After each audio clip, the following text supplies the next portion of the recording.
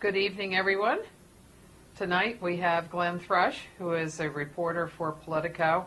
He's just recently come to the White House after reporting on the Hill, and also he has a background, as we can get him to talk about, as a newspaperman, and then has moved over to the online web world. So Glenn, can we start off by your talking about what your background is? Well, I started off like, I guess this is not is it best to look over there? No, you can look right there. Look at the screen. Hello, everybody, first and foremost. I started off, I guess, in politics. I was obsessed with politics. I had mono when I was 5 years old. And I was forced to stay home. It was one of the worst cases of mono that my doctor had ever seen. And I was forced to stay home for 5 or 6 months. And fortunately for me, that was the 5 or 6 months in which the Watergate hearings were taking place. And you were 5? I was 5 years old. And my mother and I watched the Watergate hearings. So when most kids were sort of obsessed with Bugs Bunny, I was talking about Sam Ervin. And about I knew who Haldeman and Ehrlichman were, and I was weaned on this at a really early age, and I was just obsessed with politics. What did you think it was about? Did you? I knew it was. How did you see it? Well, my mother spun it. In a fairly uncomplimentary way to the Nixon administration.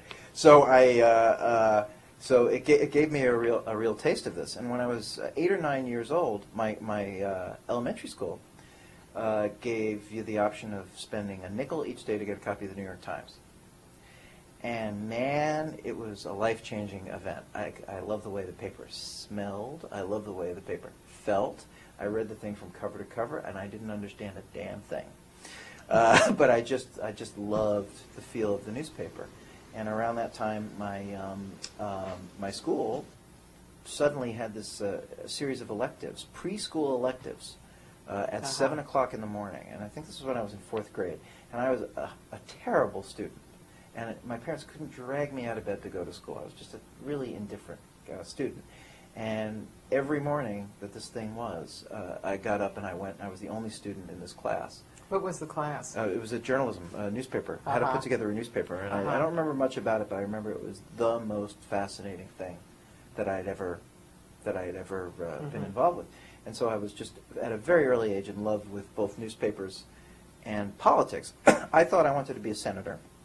And I started off, my parents owned, I hope this isn't getting too detailed, but my parents owned an ice cream store in Brooklyn, in a neighborhood in Brooklyn called Brighton Beach, which is down by the Atlantic Ocean.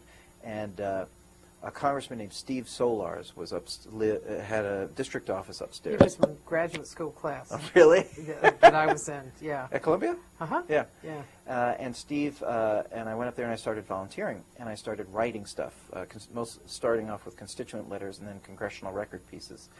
And one day, the congressman himself sort of came up to my, and I was a furry-looking kid wearing like a baseball jersey. And he came up and he said, "You're a really good writer, and we want to pay you to write press releases and correspondence for the office." So at age 19 or whatever, I was going to school at Brooklyn College, City University of New York, because I got booted from Brandeis University. Which year? My freshman year, first semester, I got kicked out of Brandeis because I wasn't going to class. For those of you watching out there, please don't follow my example. But I was going to Brooklyn College in the days, managing my parents' ice cream store at night, and in whatever time I had working for the congressman and writing stuff. Long story short, I came to Washington, I did an internship, and they weren't letting me do anything but write. And it was they weren't letting me sort of deal with any of the campaign stuff. They just wanted me, because up on Capitol Hill, there are not a lot of folks who are really good at producing written material. This was the pre-internet age. And on deadline, too. And on deadline, too. So at some point, I realized that I enjoyed the writing more than the working for the politician. And I started working for local newspapers, giveaway weeklies in New York City. And I had the tremendous good fortune The first one I worked for, the Downtown Express in Lower Manhattan in Tribeca, was run by Clay Felker, who was the founder of New York Magazine. Yeah. And the editor under him was a guy named Jan Hodenfield, who was a former writer for Rolling Stone, who wrote the cover story on Woodstock. And so my first experience with editors was my best experience with it. It's been all downhill from there. And it really, and these guys taught me how to really write a magazine story, and write a magazine story in the mid-1970s fashion, which is a really sort of grab them by the lapels kind of way. And since then, I've really sort of it's funny, I tell people that I have devolved, because from there I went and I worked for 2 years as a State House and education reporter for the Birmingham Post-Herald in Alabama, where I covered the Black Belt, the poorest area of Alabama, and education reform. And then I came back. How did you end up there? I was editor and publisher, which I don't know, I don't think there's a print edition of it any longer. But editor and publisher used to have ads in the back. And there were several that were recurring. The Anchorage Daily News, a paper in Wyoming, and the Alabama paper. They would just cycle through reporters because they were crappy places to work. And I thought about going to Anchorage, but a friend of mine had just done one of those stints on a fishing boat and didn't like it very much, and said that there were like 10 men for every woman. And Wyoming didn't really appeal to me. I'd been there once, didn't like it. But I was fascinated by civil rights history, and I had just finished reading Taylor Branch's Parting the Waters, which is, if any of you, by a Baltimore author, Taylor Branch, who's listed in the phone book. You can call him up and talk to him. He doesn't like it, but you can. Just sort of talking about the heroism in Alabama and Mississippi. And so I was on fire with that stuff, and I went down there and got a real opportunity to cover parts of the country that hadn't really changed that much. And really, it's still one of the most gratifying things that I did. Came back to New York. I'm from Brooklyn. I had born and bred. And freelanced for a bunch of places. New York Magazine, the New York Times Magazine, Spin. I was for a short period of time, I was senior editor of Guitar World magazine, using the nom de plume Glenn Thrash. And after that, I hooked up with an outfit called City Limits, which was a magazine that covered low-income housing in New York City. And we had a think tank that covered child welfare. And from there, I wasn't making a lot of money, so my wife encouraged me to look elsewhere, and I started working I had some stints at the New York Daily News, the New York Observer. And when I was at the New York Observer, I was recruited by Bloomberg News, which was then starting up a non-financial New York City news bureau. And Bloomberg pays really well, and my wife was enthusiastic about that. I did that for 2 years until Mike Bloomberg left the company and ran for mayor. And I was covering some politics, and I didn't want to cover politics at a news organization that was founded by the mayor of New York. So I went to work for Newsdays in their City Hall bureau, which was a great experience. Worked there for 3 years until I was told that they wanted to send me down to Washington to cover Hillary Clinton, her re-elect in the Senate, and her subsequent presidential run. And I did that until September of 2008, when I was recruited by Politico, and have been working here ever since. What? Tell us about the differences of working for a newspaper, and you certainly worked for a lot of different newspapers, print publications. Is there something that's common among all of the print organizations that you've worked for, and how does that compare with what you're doing now? I think there's a great deal of commonality. I mean, what I've learned across, and I joke that I've worked for sort of every increment of time in journalism, from sort of blogs to wire service to daily stories to weekly to monthly. And what I've learned is sort of telling a story and adapting your storytelling style to the venue is a really important is the most important, I think, skill. What I mean by that, it's a fancy way of saying, you have to understand who you're writing for, what the audience is, who your bosses are, while maintaining your own style and how it is that you choose to tell a story. Mm-hmm. So if you're writing for obviously a wire service function's a great, has a function that's totally different than when you're writing a New York Times Magazine story. So, one of them is more gratifying than the next. But what I think differentiates people who are good from people who aren't is trying to master that form and to really try to serve the people that are reading you, to give them, to make it easy on them, to tell them what the story means. Mm-hmm.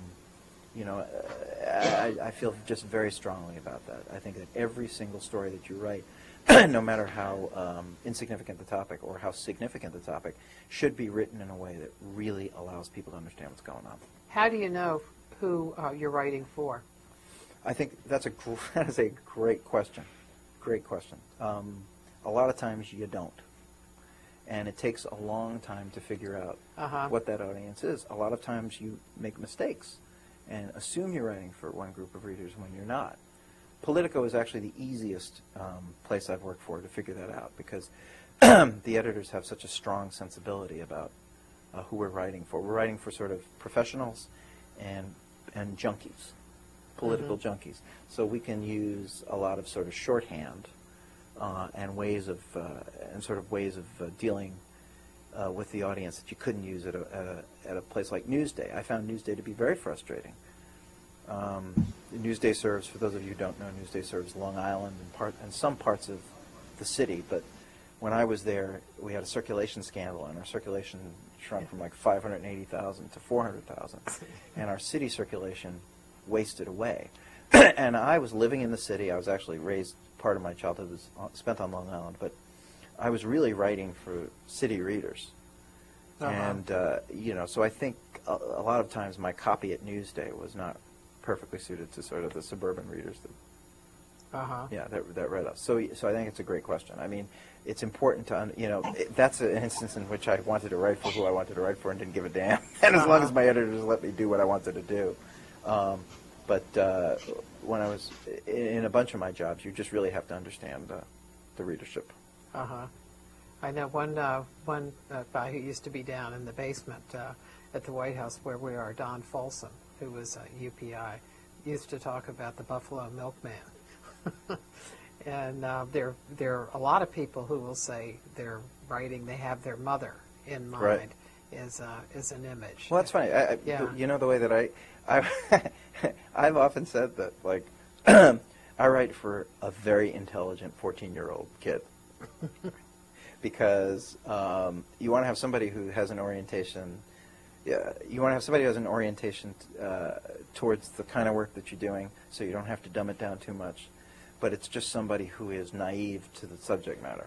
So you can write it in a way that's sharp and knowing, but you also need to provide the context. I mean, that's another thing. That's another trick that a lot of reporters, I don't think, have figured out, and that is to write something that moves fast and has that kind of velocity and is sort of knowing and has a slightly cynical edge, but it actually lets you in on the joke. I mean, I think there's a real analogy to be made between sort of stand-up comedy and popular humor and journalism, because you can be cool and tell a joke, but you want to have as large as possible an audience in on that joke. And I think it's the same thing with journalism. You want to sort of do something that's cool and snappy and works, works as prose, but that also lets the maximum number of people in on the joke. Are there certain elements that are common to a story, no matter where it is, whether it's something you wrote in Alabama or something that you did for Newsday or at Politico? Like, for example, the importance of accuracy, for example. And you can see other kinds of things that are in common. Well, I think accuracy, I'm not ashamed to admit this, when I first started out in the business, I was not a particularly accurate reporter. My heroes were not wire service reporters. My heroes were sort of prose stylists and people who sort of and quote unquote new journalists, you know, I mean, Truman Capote did not have a fact checker. If he did, none of his books would have gotten published. So I really had to learn the hard way in this business, and I made some mistakes when I was young. And fortunately, I had editors who understood that it wasn't because I had a disdain for accuracy, but because I was thinking about something else. But you can't succeed at all in this business unless you are extraordinarily careful about that sort of thing. And in blogs particularly, because I think blogs have this reputation to start with of being fast and loose. So the good thing about running a blog and working online is that you can correct quickly. So how do you find out you need to correct? Well, sometimes you find out from an editor. Hopefully you find out from an editor before something is published. But when I've been running a blog for about 1.5 years, and sometimes you find out from readers. You have to, and this is part of the economics of the news business. More and more responsibility for fact-checking your work is vested in the reporter. And frankly, the reporters that succeed in this business are those who can self-edit, both in terms of writing and in terms of making sure that they're getting things right. I mean, that's not a happy reality, but it's the reality. No, it doesn't. It doesn't seem to be, because it seems that you all are asked to perform the functions of several different people. In the past, you would have a copy editor, an editor, and today it seems like stories come out pretty quickly. Yeah. And without a lot of eyes seeing it. No, I think in my organization there's I should say that when things go up on the, there's a difference between stories and blog posts, and when things go up on the, in blog posts, it's quick and dirty. Yeah, tell us what you do, say from the beginning of the day, how you start, what you read, and then what you produce. Well, I have I'm not being rude, guys. I've just turned in a story, and my editors are, are emailing me, so this is not me being rude. This is how I finish my day. I start off in the morning. For a long time, I was not getting the print edition of the New York Times, just the Washington Post, but I've recently gotten the Times print edition, which I think really, I read the A section from cover to cover, even if I don't read every story. I mean, that's kind of a discipline that that I've sort of adopted. Just because you feel like you have more of a rounded sense of what's going on. And in Congress, you could read. I should say I was transferred to the White House about a month ago, and so things have changed. When I was up on the Hill, I would much more narrowcast, and I would use what are known as RSS feeds, which are Google alerts on particular names.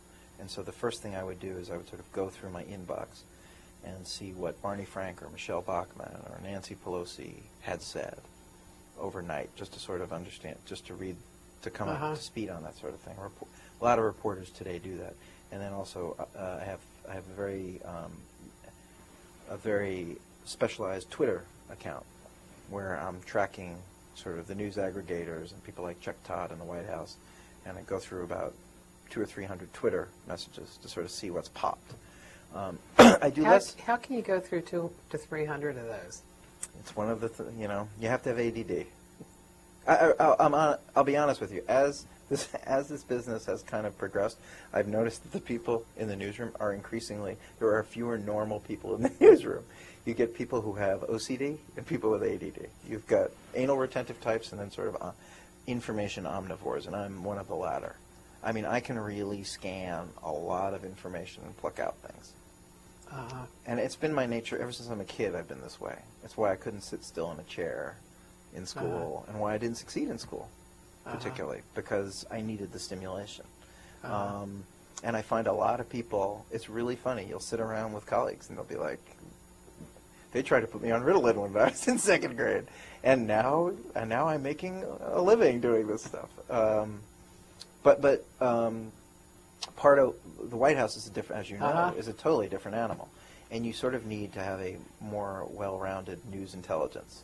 And I find like reading the A section of the Times, and to a lesser extent, unfortunately, the Post, in print really facilitates that. It makes you feel like you're walking into the day prepared.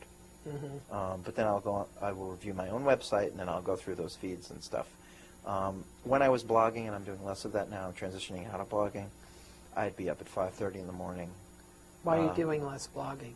Well, because it's a congressional blog, and part of my demand for making this transition, because I have a young family, is to do less blogging, which just eats your life. Eats your life. I'm talking 14, 16 hour a day job with blogging.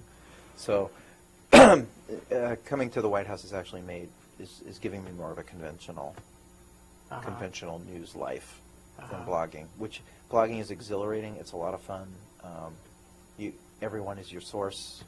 You just get a ton of tips, but it's all consuming.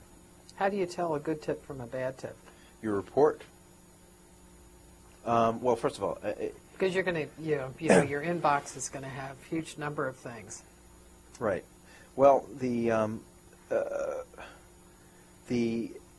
basic, most of the tips we get are not from my friend Ben Smith, who runs probably the most trafficked blog on the site, and a more general political blog.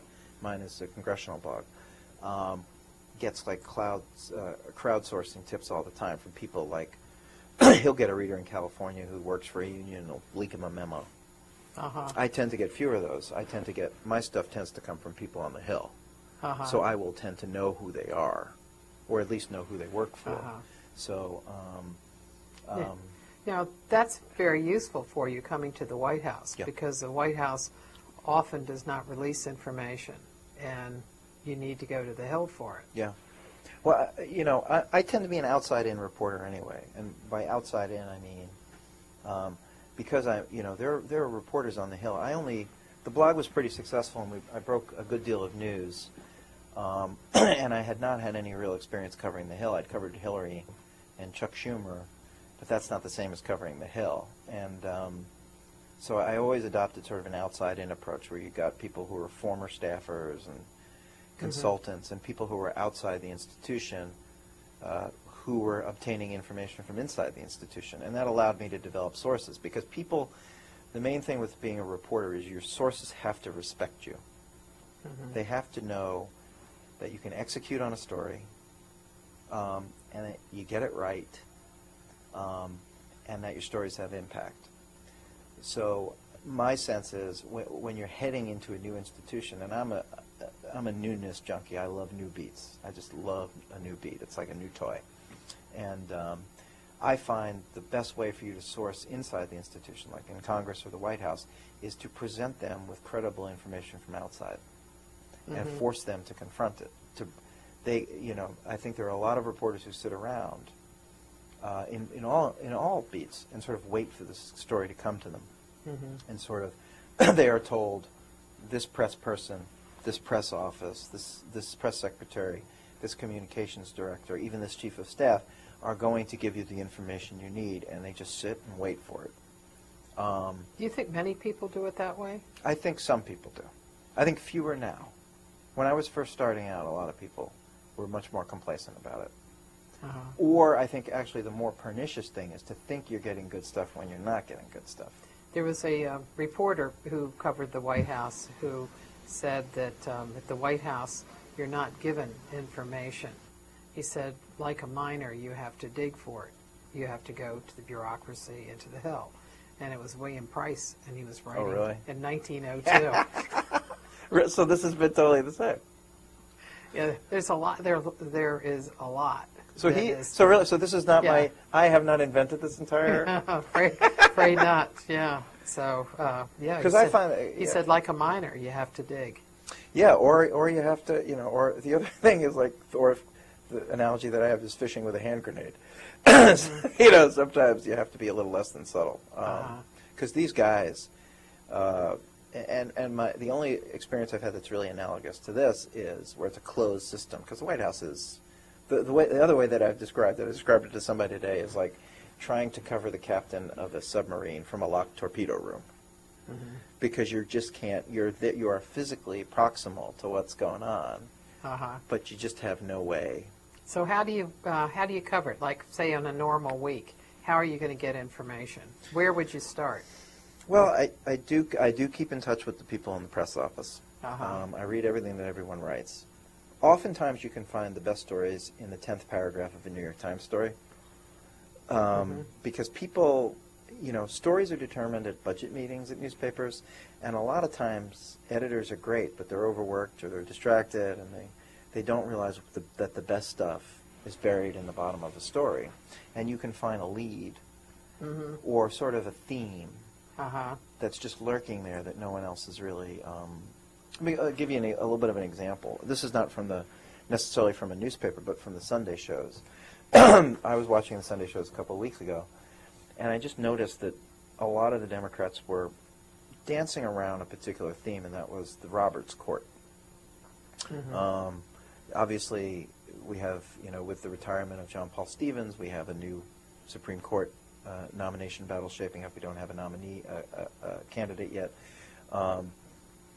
But on the Sunday shows, the Democrats were sort of, not in a very disciplined way, but sort of playing around with the idea that the Roberts Court has gotten very conservative, and sort of testing this theme of sort of attacking the Roberts Court rather than defending whoever the nominee was. And that struck me as being interesting because I think the first rule of political campaigns that I understand is that you attack when you can attack, and you try not to be put on the defensive. And so it just struck me from sort of watching the Sunday shows, and again, this was not something that anyone had told me, that this might be a really fruitful way for the Democrats to handle the process, which is to not turn it into a referendum on Obama, not to turn it into a referendum even on Obama's nominee, but to flip the Republican argument against activist liberal jurists into a potential Democratic talking point against activist conservative jurists. And, I don't think I am the first one to say this. The Roberts Court, with the Citizens United decision and the Lilly Ledbetter decision, have, according to judicial scholars across the ideological spectrum, been a fairly activist court on the conservative side. And sure enough, I started making a lot of calls on this, and this was emerging as a strategy. And this, I think, is going to be one of the core strategies. And I got Patrick Leahy, the Judiciary Committee Chairman, on the horn, and he confirmed that. And he said, yeah, this is how we're going to go about this, that we're going to turn this into a referendum on the Roberts Court. And, that's what my bosses like to call a thought scoop, which is it's kind of a cool thing that they value, which is to sort of come up with an analytical frame that hasn't yet been out there. And sure enough, it became kind of like it became something people were talking about. Other reporters sort of did stories based on that theme, and it got mentioned in a couple of hearings. So that's kind of like, I think that's a good way that you can sort of you just sort of see what's in the air and sort of pull it together into something. What relationships did you have coming into the White House that have been useful for you? Because Obama came from the Senate, so there must be people that you knew up on the Hill. Well, it's weird. I'm old, right? Being old helps because you're just surprised by how, of the people that you run into. Like people that Helen is old. Yeah. I'm 40, so it's like, I can't believe I'm 40. It's extremely depressing. But you just, it's really weird. You just wind up bumping into people that you didn't remember you knew. People who are working in and when you get your name out there, you get interesting phone calls and emails from folks. And you also have to use your, you have to exploit your relationships. You have to, like, if somebody lives on your block whose husband works for the Ways and Means Committee, you've got to have a barbecue and chat with them about it. So, I mean, to a certain way, it infects and pollutes your entire life because you're always sort of on the lookout for stuff. But my beachhead has always been New York. I'm a New York reporter. I'm sourced in New York. I understand the city really well. It's my, it's recreationally what I'm interested in, and so. For me, when I came up on the Hill, that was the beachhead, was the New York delegation and the New York folks. And to a certain extent, it still is. I knew David Axelrod, the senior advisor to the president, in the context of Freddie Ferrer's failed Democratic mayoral bid in 2001. So it's like, the cool thing about being from New York is stuff passes through. So you have and John Del Staccato and Anita Dunn and all these folks who are involved in, So you've got to work what it is that the point is to get out there and to sort of interact with people and develop as many contacts and present sort of a positive image of yourself, or at least an image of yourself as somebody that people can talk to and trust. How do, well, I can see with Politico how you get read. Yeah. But when you were at the Daily News, how would you, well, there I guess you'd be read too by the New York delegation. So you really haven't had a problem getting read. Oh, I did. Well, when I ran City Limits, City Limits, we had a circulation, I think, at our low point of 1,800. And try to get the mayor's press office to call you back when you have a circulation of 1,800. The key is you got to break news, and if you can't, and there's a multiplier effect too. I used to teach journalism for a number of years at Columbia and NYU, and what I used to tell young reporters is,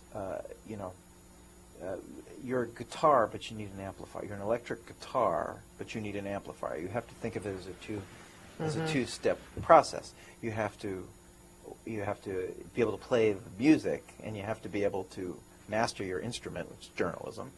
But you also have to figure out a way to plug into a pretty powerful amplifier. Nowadays, it's a lot easier because you can Twitter stories out, you can email people about it, you can get stuff up on a blog. But back in those days, what I had to do was to sort of call up other reporters and get them to follow the story. Or if I broke, like for instance, when I was at City Limits, we did some very good work. I mean, about sort of children's mental health and about scandals involving housing. You would call up city council members and state assembly members and state senators. You would call them and you would say, this is something which your committee has purview over. Could you at least just take a look at this story? And you'd get people to hold hearings. It was one of the first investigative story I ever did. Is this too boring? No, no. Was about in Lower Manhattan, a place called the Bond Hotel, which was a single-room occupancy hotel on the corner of Chambers and West Broadway. And it was 150 years old, and what made it famous was Lincoln slept there the night he gave his famous Cooper Union House Divided speech. I think it was his House Divided speech. It had turned into a single-room occupancy hotel, and I remember reading, they have these things called community boards, just these local boards in New York, and I remember reading just on a flyer that the occupancy, they had to apply for, the owners had to apply for what was called a certificate of no harassment. What the hell is a certificate of no harassment? Well, single-room occupancy hotels don't pay the owners very much, and most of the tenants are elderly or disabled, and they have an agreement, and the owners of the hotels are bound by law to have these folks in these hotels as residents paying a pittance. And it turns out that all the people who own the SROs do whatever they can to either buy out or harass these tenants, these occupants, to get out. So I just went down there and I did my due diligence, and I discovered that the owners were running German shepherds through the halls. There were 12 or 14 people, 85-year-old folks. They were flooding. I went there with a camera, and there was like an 85-year-old former merchant seaman from Mobile, Alabama, who was sitting cross-legged on his cot because there were 2 feet of water in his room. He'd been flooded. And I wrote the story, and nobody picked it up, and I just started aggressively shopping it around to local elected officials. And a city council candidate picked it up, and then it got picked up by one of the dailies, and then it became an editorial, and then the city cracked down on these landlords, and these people got new housing. So long. I'm sorry, it's a long answer to a short question, but you've got to be, and it's the same thing now. You've got to be willing to sort of hook up what you do to a place that can, to people who can do something about it. Now I can see the satisfaction in doing that kind of story. Yeah. What kind of satisfaction is there in a White House story? Much less. And that, It is to a very degree. It's funny. The higher you sort of get on the journalistic food chain, the less fun you have. That's kind of the joke about it. You don't get to answer police radios or do any, or like save the world. The satisfaction is sort of is having influence. This is a town, Washington. I come from a town, New York, where the predicate is money, right? Where the fundamental commodity is money, right? Real estate is really about money. Entertainment industry, it's all about cash. Here, it's all about power. It's all about getting power, using power, wielding influence. I think the satisfaction of writing a good White House story is to capture something that makes people change the way that they think about something, or to introduce a new fact that sort of changes the game. What you want to have is impact. And I think the sort of existential question you have to ask yourself as a reporter is, what is the nature of that impact? Is it good impact or is it bad impact? And how is the impact? Describe what kind of impact. Like impact within the White House, within the Washington community, and within the newspaper, or within the journalism world. Well, I mean, that's one of the things you were asking about audiences, engaging audiences. I haven't yet figured that out with the White House. It's a beat unlike any other beat that I've covered, because even a small piece of information could be leveraged into a big impact. The amazing thing about the White House is the minor scraps of information that would just come your way in the course of regular reporting at other places are closely held secrets in the White House, because every piece of information is considered to be so valuable and is such a journalistic commodity. And reporters get raises and promotions based on scoops. And finding out that the president is taking a trip to New York on Thursday isn't very important in the larger scheme of things. But if you're a reporter who's on a dry streak and you break a piece of information, break a little news story like that, it's not bad. So I've always had a slightly different view of what it was that I wanted to do. And so sort of reconciling that kind of mini scoop, which really doesn't have any impact on the world whatsoever, and a larger impact is something I'm working out. What is driving me, though, is, and I think what really drives all reporters is a curiosity about institutions, and there's nothing more mysterious or interesting, I think, than sort of a place like the White House, and that's really what's sort of motivating me now. It's a weird place. It's a powerful place. I'm also somebody who's really motivated by the cast of characters. Who's in that building? Who is in that room? I'm just fascinated. I'm just sort of fascinated by how the various personalities work. So, which is sometimes hard to find out. Even though they're releasing the lists each month of who's coming in, but it's still somewhat difficult to know who's in the room when a important decision or is, what they said, made. Because people, the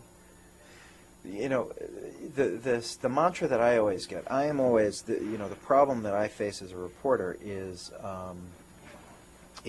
I write what are called process pieces. I write the stories that I do best, the ones that get the most impact, are stories that sort of tell you how something went down. And those stories have huge impact, and they are, Game Change, the book, the Halpern-Heilman book, which has been just a sensation, is a process book. It's easier to write it's a history, so that makes it easier. It's very tough when you're in the situation to write process pieces, because nobody wants to give you access to the sort of stuff that they give historians access to, because it will influence, because, it will have an influence on the game ahead. So I find that White Houses, campaigns are very resistant to process pieces and very smart about how to manage them. They get you inside the meeting. Think about this. I mean, particularly, and we haven't talked about sourcing, but when they're using unnamed sourcing, they'll get you inside. Because that book is all unnamed sourcing. They'll get you inside the meeting, but the question is, the person who is telling you about that meeting and sort of enticing you to write about it has complete control of the information that you have about that meeting, unless you're able to source it independently. So, I had that issue today about where I had 3 or 4 anonymous sources sort of characterizing a meeting that took place on the Hill, and it's a Rashomon kind of thing. You know, as you talk to a different person, you get a different perspective on that, and that's where I think experience comes in, because it's the sum of those. You apply your judgment to it, and it's the sum of that sourcing that gives you, I think, a picture of what actually happened. Can you, let's say in the 19th century, starting in the 19th century, before there was a person who was assigned the duty of dealing with the press exclusively, the person who was analogous to the chief of staff, who was the private secretary, Like would John talk. Hay, or Yes, but a little later. It would be kind of in the 1880s and 90s. You could go to, particularly, there was a guy who worked for Grover Cleveland. Cleveland didn't like meeting with the press. So if you had a story, you would go to him and say, would I be wrong if I say tomorrow in my newspaper article that blah blah blah blah blah, that they won't give you a story, but they would not let you print something that was false. Right. And I mean, that started in the latter part of the 19th century, and you can see it through parts of the 20th. Right. Do you find that still happens today? The would I be wrong stuff? Uh-huh. Oh, yeah. Absolutely. I mean, absolutely. Uh-huh. Because the thing that I find really frustrating at the White House is, you know, the way this is supposed to work is you get a piece of information, you call them up, and you say, on the record, is this right or is it wrong, and do you have a comment? The White Houses don't deal with information that way. Mm-hmm. Off the record, that's complete horseshit. Pardon my language. Mm-hmm. Off the record, that's completely inaccurate. Well, what good does that do me? Yeah. For those of you that are uninitiated, this is a very rough way to put it. Off the record means I can't quote the person, and I can't use the information that they're giving me in the story. But I can use that. But I can call up someone else and say, I'm hearing this. That's my understanding of off the record.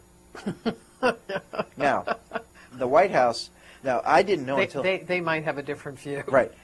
In the White House, and I'm pretty religious about that. I mean, a lot of reporters have a very permeable memory of off the record.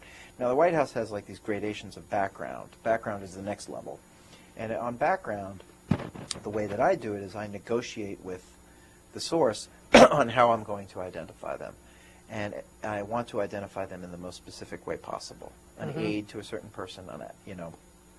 And if the person doesn't agree on a specific enough attribution, I won't use the quote. Because, everyone wants to be a Democrat or a Republican. An unnamed Democrat. No, you can't do that. Uh-huh. If you've got a dog in the fight, I have to at least be able to associate you with a camp. You know? Uh-huh. And then there's on the record. But White Houses don't, the first thing they'll do, they don't even want to get, because a comment is news. And so they won't even give you the benefit of giving you a comment. So you have to spend a fair amount of your time trying to bring people above ground, even to comment on something someone else said. And how do you do that? By yelling, screaming, by trying to shame people into stuff. Were you surprised when it came out during the whole Joe Wilson, Valerie Plame issue, Karl Rove, that Louis Libby had tried that he negotiated with Judith Miller of the New York Times, that he wanted to be referred to, although I think she ended up not using it, but he wanted to be referred to as a former Hill worker. Yeah, that's to me unacceptable. Yeah, I mean that. I just had never heard of anything like that. Well, one of my colleagues reported about a year ago that, and this is sort of amazing, is that there was a State Department employee who wanted to be referred to as a White House source, like a White House official. And I think it was Glenn Kessler, maybe. One reporter was like, "Well, how can I do that?" And the guy said, "Because I'm standing right now in the White House," which is just amazing. Yeah. You got to be really careful about that sort. You got to be really careful about that sort of thing. Again, the specificity is really important. Now, the other thing that's really important is, and I hate to say this, and no one wants to admit this, but the importance of the story we had an issue yesterday with where Robert Gibbs called out the New York Times, fairly extraordinary way, for David Sanger's story on Sunday, citing excerpts from a memo pertaining to Iran's nuclear threat. There's a lot of back and forth as to why Robert Gibbs, the White House press secretary, chose to do that. Some people opine that it was because he was covering his tracks, But his point was that you can't quote specific portions of the memo without having possession of the entire memo, and quoting an administration official who read you the selected parts of the memo. And my thought initially was Gibbs was making a mistake, but in retrospect, I think sort of he had a point. Well, I won't name the person, but I went to a luncheon where there was a reporter who had written a book that had, this is during the Bush administration, and it had a lot of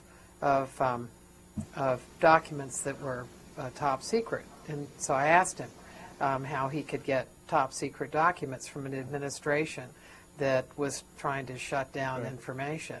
And so when pressed, because we went back and forth some on it, what was pretty clear to me is that's what happened, is that he was read, the person read him, the documents. But I wondered whether whether you could watch the person read, in that you're looking at the document, you don't touch the document physically, and that's how you're sure. Because in his case, he said he was positive that he had what he had put.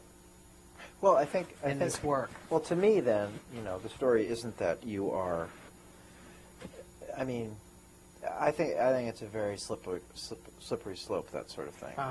And I think again, this is a situational ethics that probably most people wouldn't be comfortable. But I will candidly tell you that, the import of that document is, I think, the deciding factor in your judgment.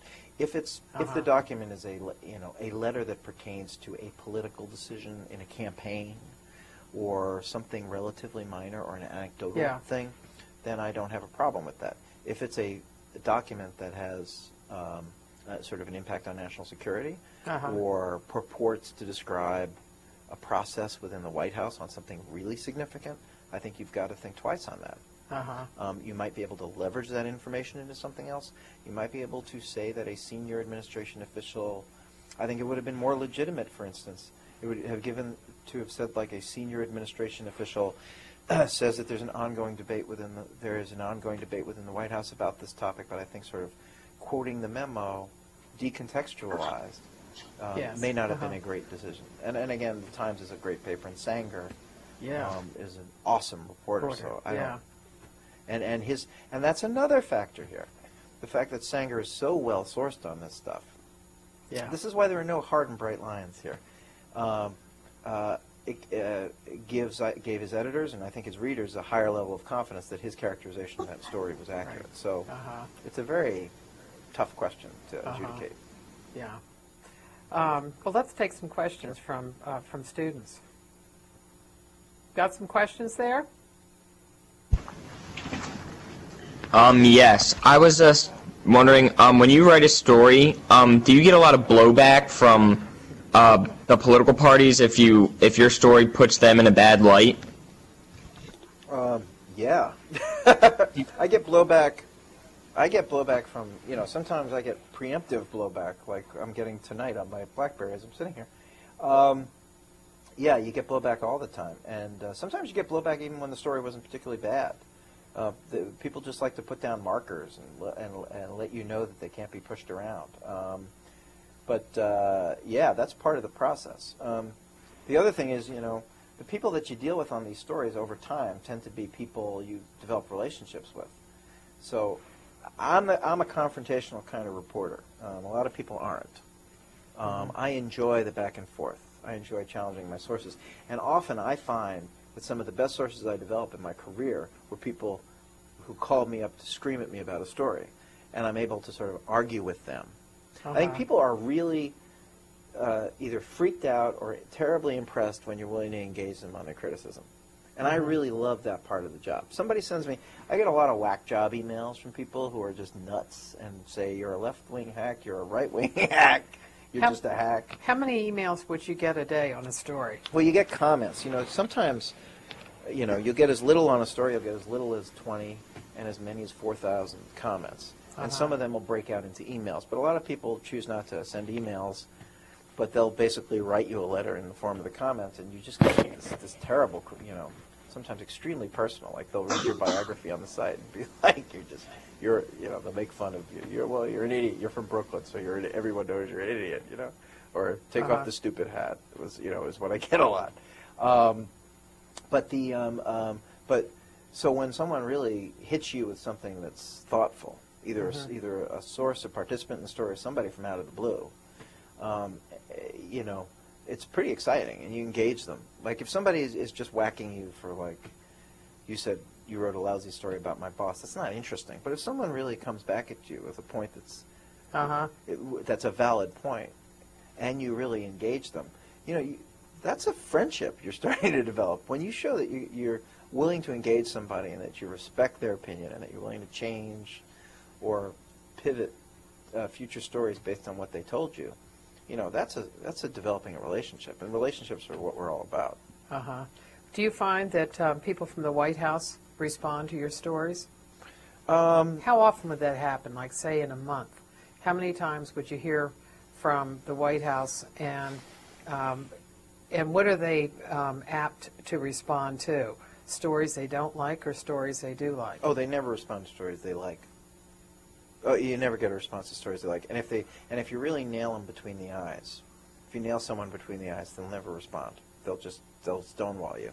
It's the ones in between that you get the funniest reaction I got so far, and it's been a very short run. And they do tend to respond, to stuff. Sometimes before I came here, I wrote a White House story that got like 10 people screaming at me and emails to my editors and stuff.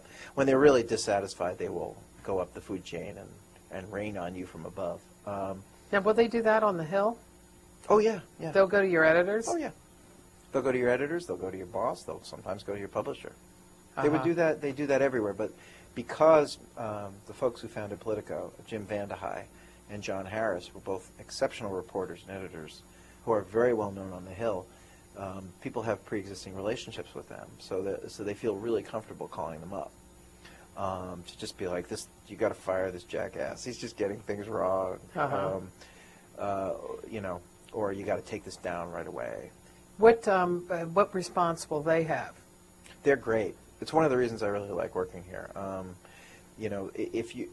Very seldom have I made, if it's an error or something, we correct it immediately, and I lead the charge on that. But if it's like a story they don't agree with, my bosses have always deferred to me, and I'm not just sort of saying it. They're just really, it's very cool having guys who did this because they really understand.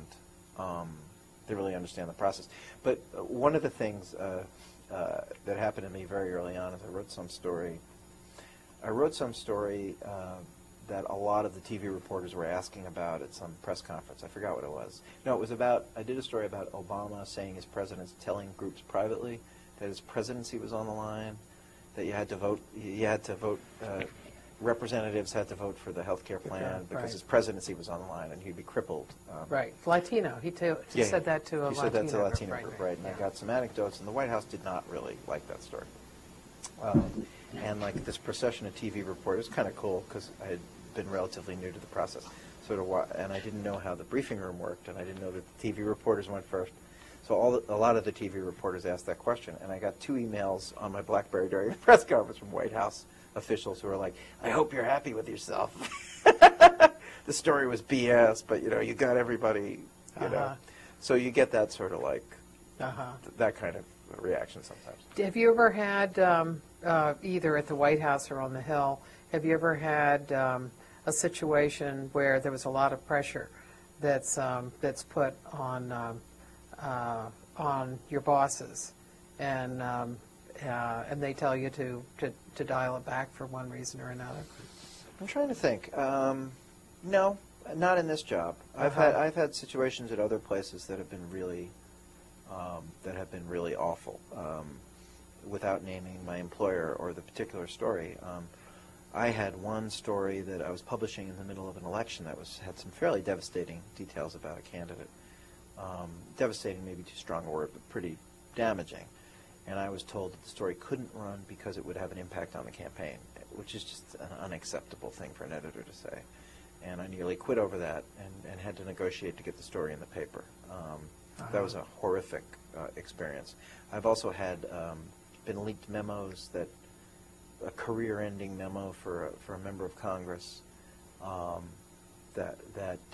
which I had good sourcing on. That again, another newspaper chose not to run because they thought again it would bring them too much trouble. So I've had situations in my career where, but Politico has been. I mean, these guys. One of the reasons I'm working here is these guys are, are real reporters. Okay. So. Another question?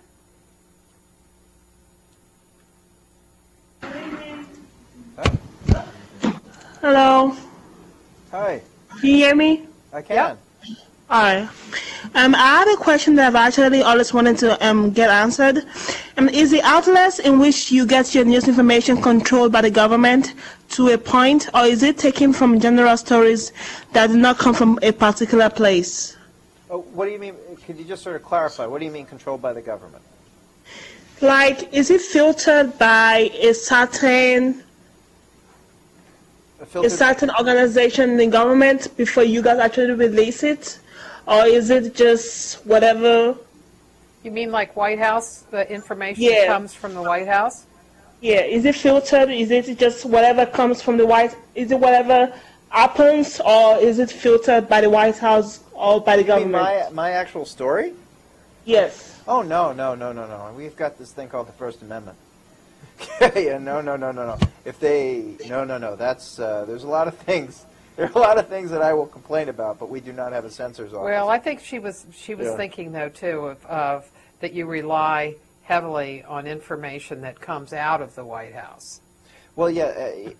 I mean, What information that comes out of the White House is useful to you, and what kind of information do you get from elsewhere? I think a lot of, first of all, I should just say a lot of information comes out of the White House, and most of it is background noise. I mean, the information that you get proactively from the White House tends to be the sort of stuff that they want you to write about, and that really typically is not the stuff that I want to write about. So I tend to sort of, now there are certain things you have to do. That, if there's an announcement or a policy change or an appointment, clearly you write about that. But oftentimes you just get deluged with information that just isn't that important. So a key part of my job is sort of sifting through the stuff you get officially from the White House, and a lot of stuff you get unofficially from the White House, and trying to discern whether or not there's really news there and why it is that they're trying to give it to you. The why is incredibly important, and it also, the reporters that I really respect are the reporters that ask that question of their sources. Why are you giving this to me? What does your giving it? And you also have to recognize that the transaction of you receiving information from somebody is part of the larger story. The White House is giving you something or telling you something because they want to achieve a specific political objective. And I think you're a fool, and you're responsible, and you're not practicing journalism correctly if you don't factor that in.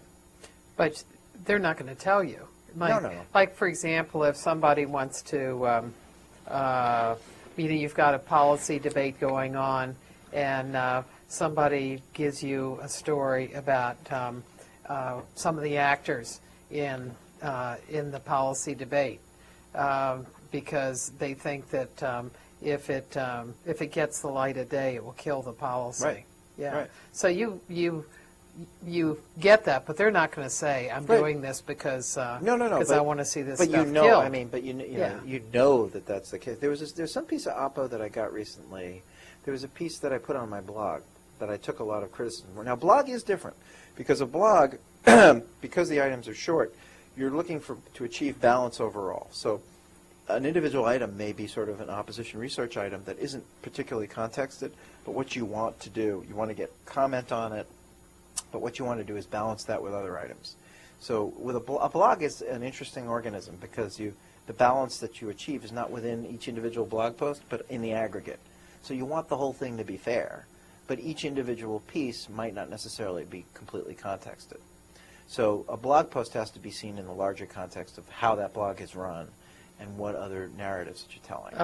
It does. Do you have different thresholds of measures for accuracy? No, not for accuracy. Uh-huh. So but for context, I'm trying to remember the exact example on this because I took some heat on this. It was a guy named Rossi out in Washington State who was considering a run against the Democratic incumbent for Senate, Patty Murray out there.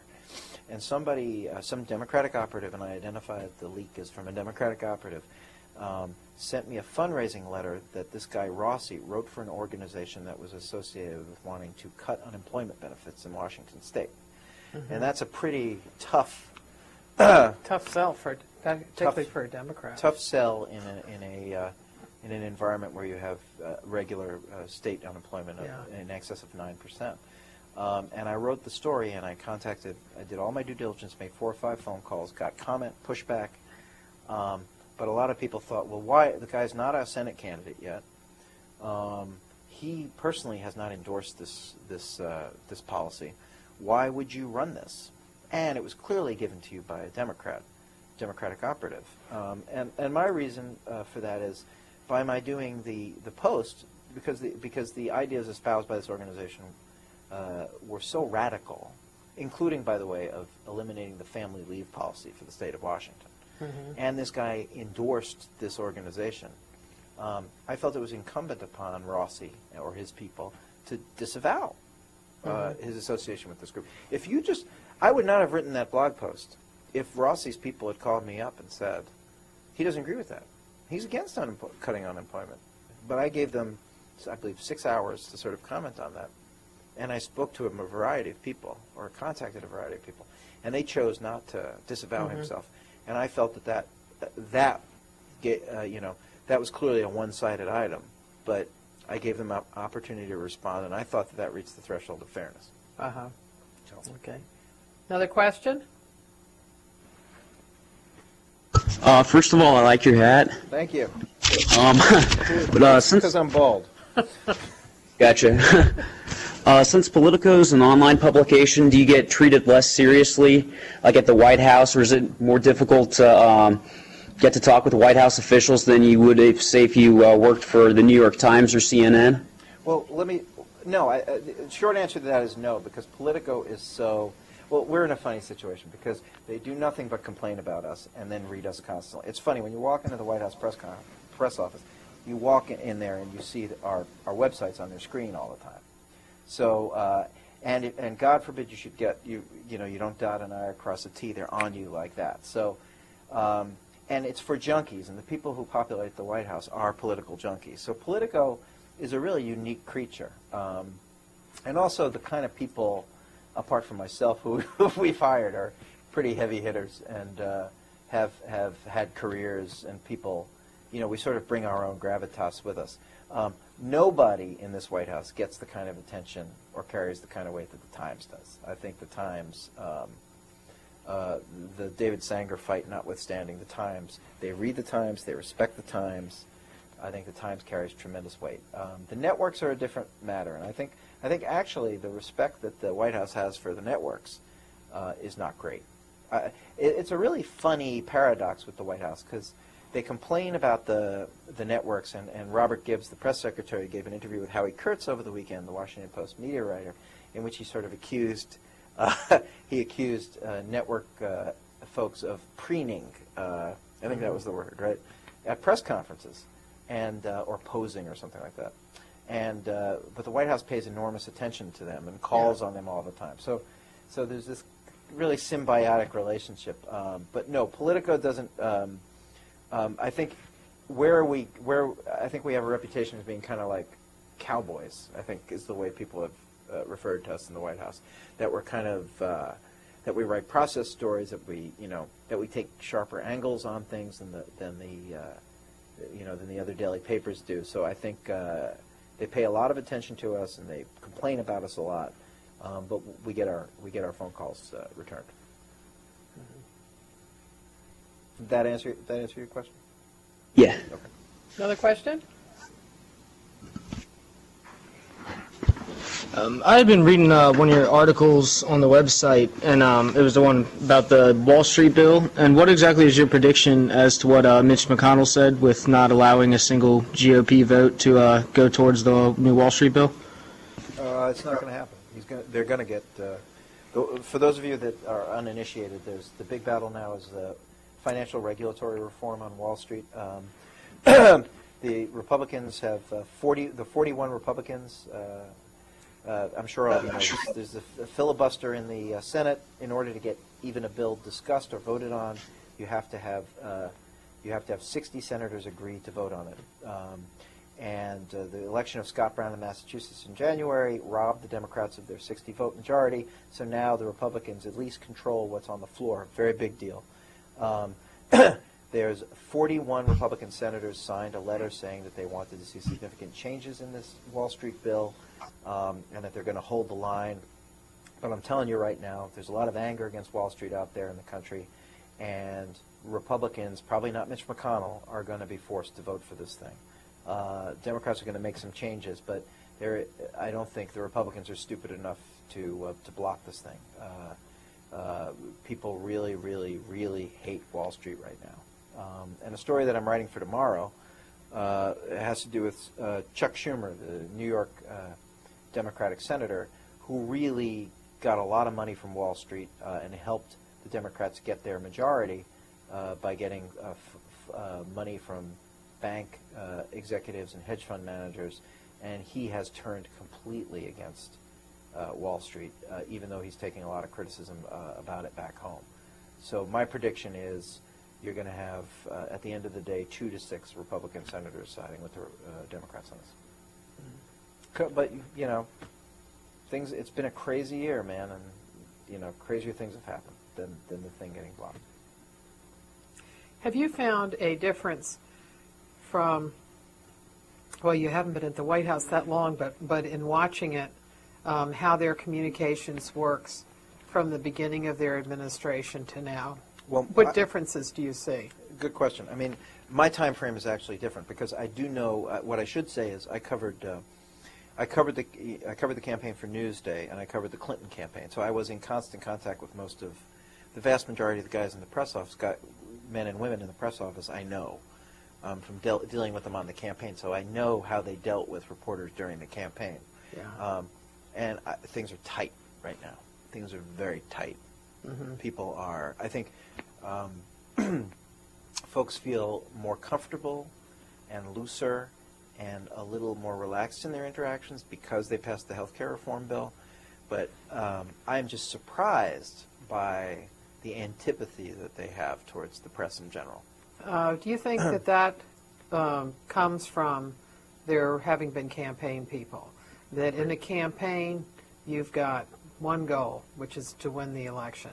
And you have to win each day. Yep. And so you've got your guy's the good guy, the other guy's the bad guy. And so when you come into the White House, you're not running against anybody, but there's still a bad guy. And the bad guy's the press. You're hitting the nail on the head. And again, my experience with the White House is not that great, and you've had the experience with a ton of administration, so you've seen this stuff close up. But I've had 2 recent encounters that reinforce that point beautifully.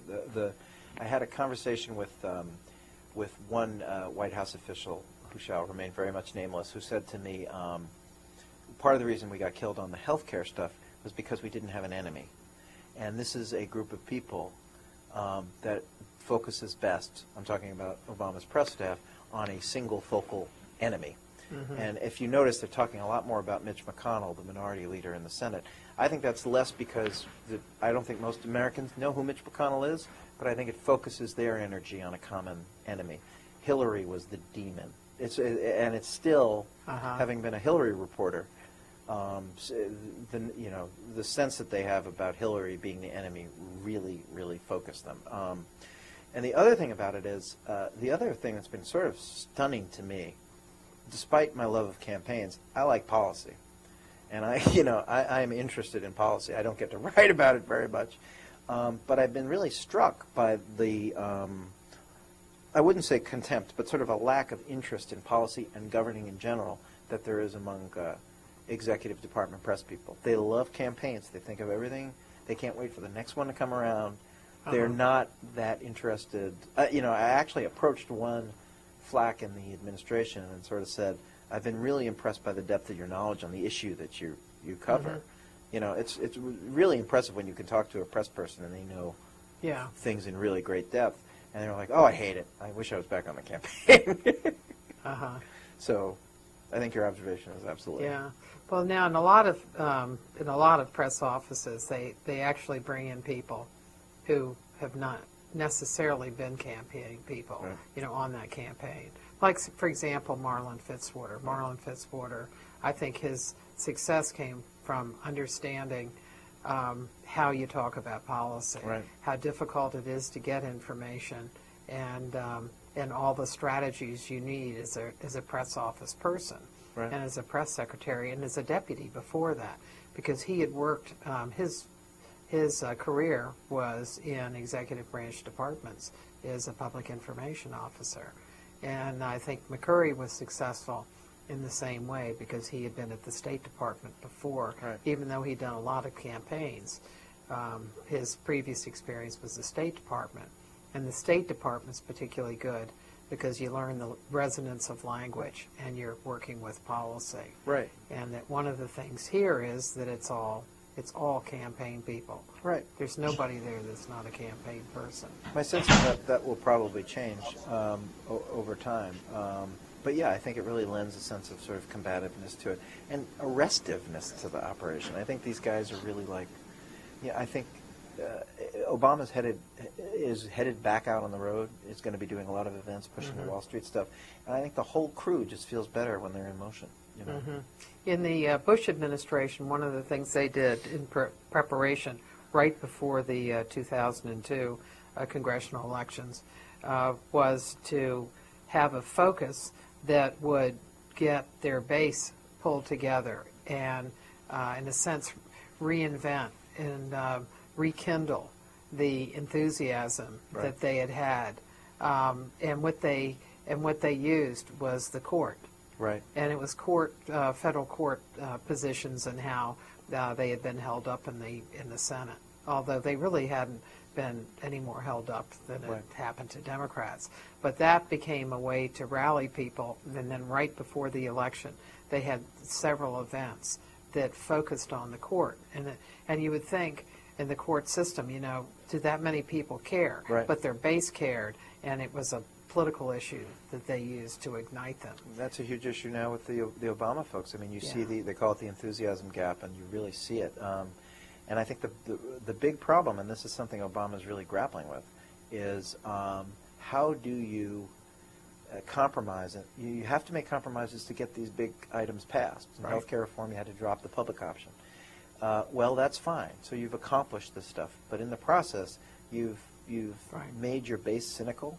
And Obama's brand was hope and change, and those are future. Those are sort of, those are pointing towards the future. How do you get them to focus and be energized in the present? And I think it's a huge problem for them. One of the things that I did when shortly after they came in and created a website that they would distribute information to you. And so I signed up for that because I wanted to see what they put out. And I also signed up on an account that I knew that everything that I was getting from Obama was coming from having signed up, and it was signing up at the White House. And I get a lot of political stuff. And I found generally that it's not something, the messages are not something that would stir me into action. Right. Have you read the stuff that they send out? Oh yeah, yeah. Like Organizing for America, Yeah. or or some of the other stuff that they have. They don't have great. First of all, in defense of them, it's much harder to sort of defend a sitting president than attack one. Oh yeah. And it just, so it's sort of like they start off in a defensive posture. But, this was Karl Rove's genius. Rove energized, had that religious right-wing Right. base that was extraordinarily Uh-huh. interested in abortion rights and stem cells, and gay marriage. And gay marriage. They used that in 2004. Right. Right. So I don't think the Democrats have a comparable base. The problem with the Democrats is they have a really polyglot base. So if in Obama, I think the crucial example right now is Obama last night did a fundraiser in L.A. for Barbara Boxer that was interrupted by gay marriage advocates who are unsatisfied with his "don't ask, don't tell" policy, and he is constrained about how far he can go, because if he comes out completely in favor of gay marriage, and I am told that he probably personally supports that position, he will alienate a lot of folks that the Democrats picked up in the Midwest and Upper South. Mm-hmm. So the Democrats don't really have, and I know, like, a couple of, in talking to some strategists back in 2008 and 2006 in Democratic Senate races, the issues, and no one really talks about this, the issues that really fired up the base were stem cells. The irrationality that Democrats believed of the Bush administration limiting stem cells, and law enforcement issues, like good old-fashioned law enforcement issues, but with women prosecutors. So you saw this wave in 2006 and 2008 of Amy Klobuchar and Claire McCaskill, of sort of tough female prosecutors, were sort of a huge winning. So there are things that you don't necessarily see on the news that really motivate the base, and I think what they're trying right now to do is figure out what those issues are. Yeah, and the Bush White House definitely had those down and used them Brilliantly. in their Yeah. the congressional Yeah. campaigns. Another question?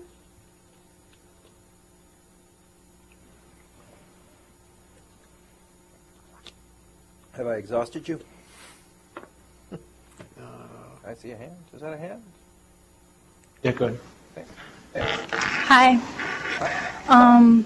Do you find that your most influential stories were achieved through regular journalistic research, by luck, or by who you know?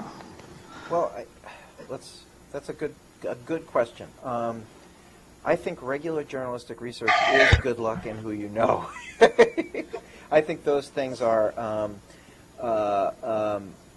I don't think there's any. Actually, I don't think there's any such thing as regular journalistic research. I think what you do is you put yourself. It's like any other thing. You put yourself in a position where you can succeed.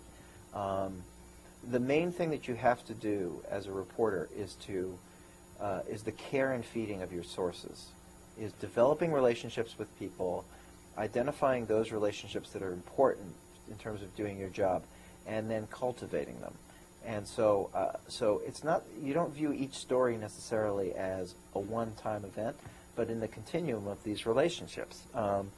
Very early on, I was dealing with a spokesperson for a city agency back in New York, who was just being nice to me for no reason at all. I was working for a not very influential publication, and I said, "Why are you being nice to me?" And this person said, "Because I see you're going to go places, and I want you to remember me when you go where you're going, and you're going to be important to me later on." And sure enough, that turned out to be true. So I think regular journalistic, the notion that we just, and a lot of reporting is like going through campaign finance filings or looking at property records. I mean, that's really the good stuff, or going door to door. But a lot of what we do, particularly as political reporters, are develop these relationships and just constantly. I mean, part of what I do every single day is I sit down. I have a little red book. It's in my back pocket right now, and I write the names of 20 people I'm going to call, regardless of what story it is that I'm doing. And I used to actually have a screensaver when I was freelancing that was like, if you haven't called 20 people today, you're not doing your job.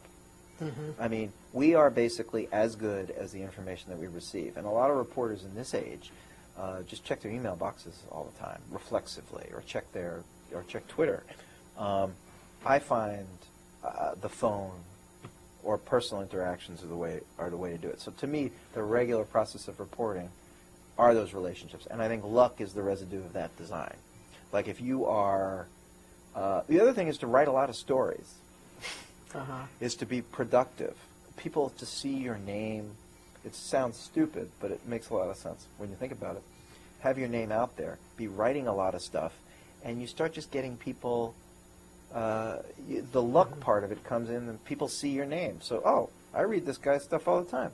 I see, I'm going to give him a call with a call about this story. I think a lot of reporters in this town, and this is something I'm sort of less adept at, use TV that way. They get, to me, TV's a pain in the neck. The first couple of times you do it, you get calls from your aunt in California, and it's kind of cool when you're on MSNBC. But to me, it's like an hour out of my day. I can't call people. I can't see my kids. But in Washington, in particular, it's a really important leveraging tool. People like Chris Cillizza of the Washington Post are really adept, and some other reporters at Politico, like Jonathan Martin, are just really adept at kind of leveraging their performances on TV, their appearances on TV, into having people identify them as someone that they want to go to. So I think sort of the luck part of it is about being in the right place at the right time and having people identify you as somebody they want to send information to.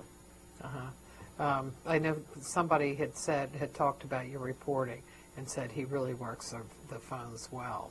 So when you're working the phones and calling those 20 people, are you asking for information? Are you telling them something? Are you just catching up with them? All the above.